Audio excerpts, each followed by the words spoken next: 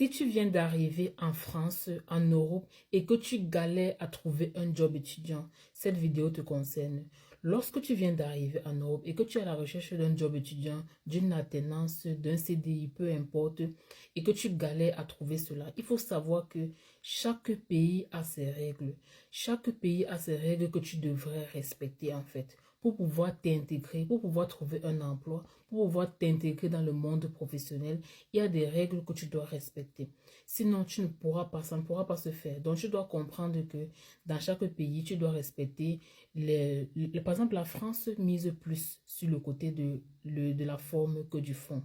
Donc, la France aime plus que tu sois plus présentable lors de tes entretiens. La France aime plus que tu investisses plus loin dans ton CV ou au niveau de la forme. Bien sûr, le fond compte, mais la forme compte encore plus. Par exemple, en Allemagne, l'Allemagne, plus, ils n'ont rien à faire au niveau de la forme. Pour eux, c'est le fond. Pour eux, qu'est-ce que tu es capable de faire? Qu'est-ce que tu es capable de les apporter? C'est ça pour l'Allemagne, par exemple. Donc, vous comprenez que si vous êtes en France et que vous recherchez un job étudiant, vous recherchez une alternance, vous recherchez un CDI ou un CDD, vous devez plus miser au niveau de la forme.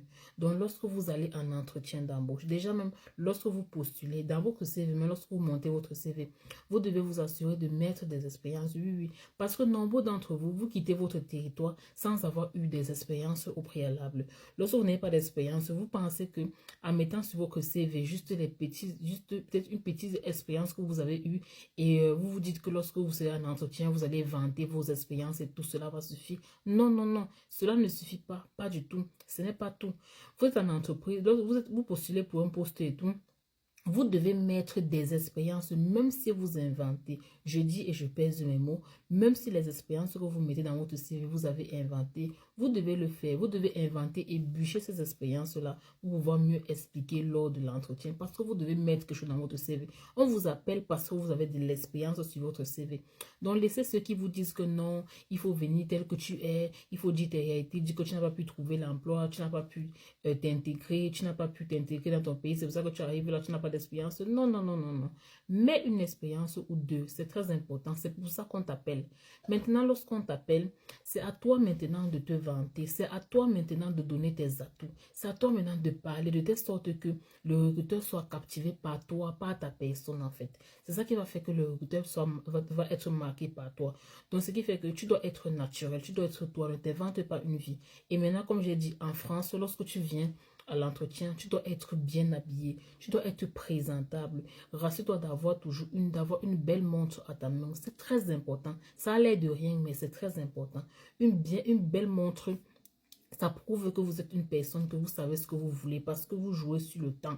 La montre prouve que vous jouez sur le temps, donc vous savez ce que vous avez à faire lorsque vous devez faire telle ou telle chose. Donc, ce qui fait que il faut être vraiment au niveau de la forme, soyez présentable. Donc, de la même manière que votre CV est présentable, c'est comme ça que vous aussi, vous devez être présentable. Vous devez être bien habillé, vous devez être bien parfumé. Vous voyez un peu, non? Vous devez bien être parfumé. Et je vous conseille sur cela d'utiliser les parfums. Voilà, les parfums de luxe, vous connaissez. C'est l'usine qui est basée en Italie qui fait dans les parfums de luxe. Voilà, avec ce business, tu peux gagner minimum 2 000, 3 000 € par mois en vendant les parfums de luxe de l'usine. Voilà, les mêmes parfums de luxe que vous avez l'habitude d'acheter, les J'adore, 1 million, tout ça. Les mêmes parfums à l'usine que vous commercialisez à des prix incroyables. Voilà. Donc, c'est-à-dire, vous parfumez avec les parfums, les jolis parfums, vous êtes bien parfumé. C'est ça, en fait, qui va faire en sorte que le recruteur vous allez laisser une marque en fait dans la tête du recruteur. Je ne sais pas si vous voyez ce que je veux dire. Vous allez marquer le recruteur par là. Vous allez être présentable. Le fait d'être présentable là va laisser une marque dans la tête du recruteur. Et lorsque vous passez l'entretien, comme je l'ai dit, soyez naturel. Soyez vous-même. Ne vous inventez pas un personnage. N'essayez pas de ressembler à telle ou à telle personne. Non, non, non. Soyez tout simplement vous. Et lorsque vous allez vanter vos expériences lors de l'entretien, faites l'effort de mettre une histoire à l'intérieur. Faites l'effort de mettre une histoire derrière chaque expérience. Cela va faire en sorte que le recruteur ça va marquer le recruteur en fait. Ça va faire en sorte que parmi toutes les personnes qui ont passé l'entretien, parmi tous ceux qui veulent le poste, vous allez frapper le recruteur au moment où il va devoir faire un choix. Vous voyez un peu, non. C'est cette histoire-là que vous allez marquer le recruteur avec parce que les histoires sont plus parlantes. Les histoires sont plus convaincantes. Vous voyez un peu, c'est toujours mieux de convaincre avec une histoire que de juste donner les expériences comme ça, de dire j'ai fait ceci, j'ai fait cela, j'ai mis en place ceci, j'ai mis en place cela. Quand tu appuies ça avec un exemple, c'est plus concret en fait. C'est plus réel, c'est plus réaliste. C'est mieux de le faire que de tout simplement dire que j'ai fait ceci, j'ai mis en place tel. Non. Soyez pragmatique. Soyez de donner des faits réels. Donnez vos histoires de façon. Donc, même si ce n'est pas vraiment ce que vous avez vécu, inventez-vous un scénario réel. En fait, vous marquez. Le but, c'est de marquer le recruteur, de faire en sorte qu'il vous choisisse rapidement parmi les nombreux candidats. Vous voyez un peu, non? Et comme je l'ai dit, à l'entretien, venez très, très présentable, bien parfumé. Ça compte énormément, vous n'avez pas idée. Énormément. Et soyez vous-même. Soyez vous-même. Et comme je l'ai dit, si vous êtes en France, misez plus au niveau de la forme. Vous voyez un peu, non? Vous mettez des expériences dans votre CV, vous vantez ces expériences, vous bûchez ces expériences là-bas dans un entretien, bien évidemment. Vous avez mis les expériences, c'est vrai, mais ça ne suffit pas. Vous allez prouver que ce sont vos expériences. Même si vous n'avez pas fait ces expériences-là, vous devez vanter les expériences-là lors de l'entretien. Donc, vous allez faire des recherches sur YouTube. Je vous conseille d'écouter également Yves Gauthier, très, très, très bon coach dans la recherche d'emploi. Donc, maintenant, lorsque vous allez faire cela, vous allez finalement obtenir facilement votre emploi, que ce soit votre job étudiant, votre alternance. Et même lorsque vous obtenez l'emploi, ça ne suffit pas. Ce n'est pas tout. Lorsque vous allez obtenir votre emploi, vous devez savoir que vous allez valider votre période d'essai. Et pour valider la période d'essai, ce n'est pas chose aisée en fait. Surtout lorsque vous êtes étudiant étranger, vous venez d'arriver en Europe, vous venez d'arriver en France, vous devez valider votre période d'essai. Maintenant, pour valider la période d'essai, il y a certains rouages à respecter. Vous devez respecter un certain nombre de critères. Vous devez vous intégrer en entreprise. C'est très important de le savoir. Et en entreprise, il y a des façons de fonctionner. Il y a des rouages pour que l'équipe puisse vous accepter. Il y a une façon de faire. Vous n'allez pas venir en entreprise et ne faire qu'à votre tête. Vous allez penser que vous allez valider votre période d'essai. Non.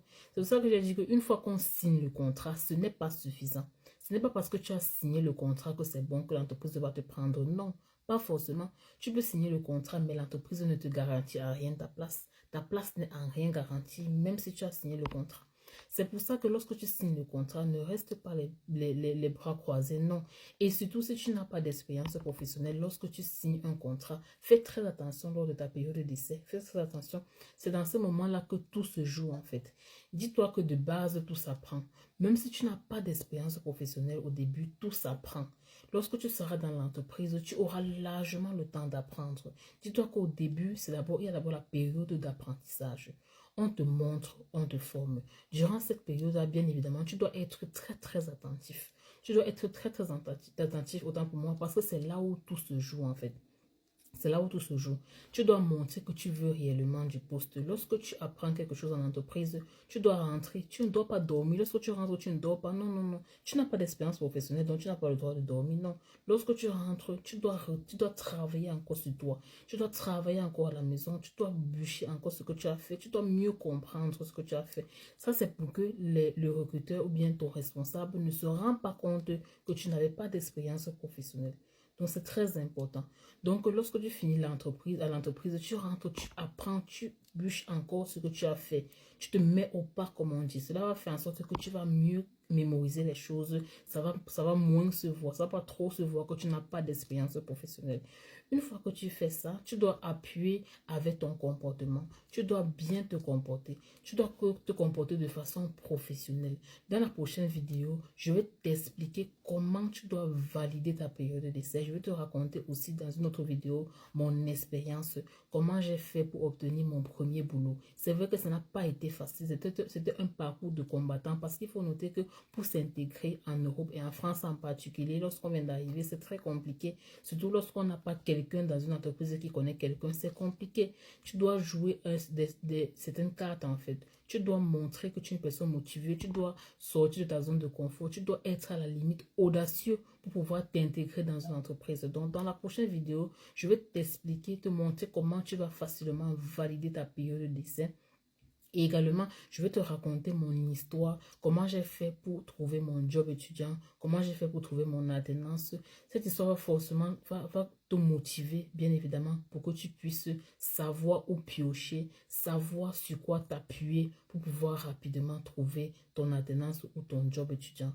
Donc, j'espère que cette vidéo va t'édifier, va te montrer une vision globale de comment te comporter et on se dit à très bientôt pour une prochaine vidéo. C'était Émilie Matigo.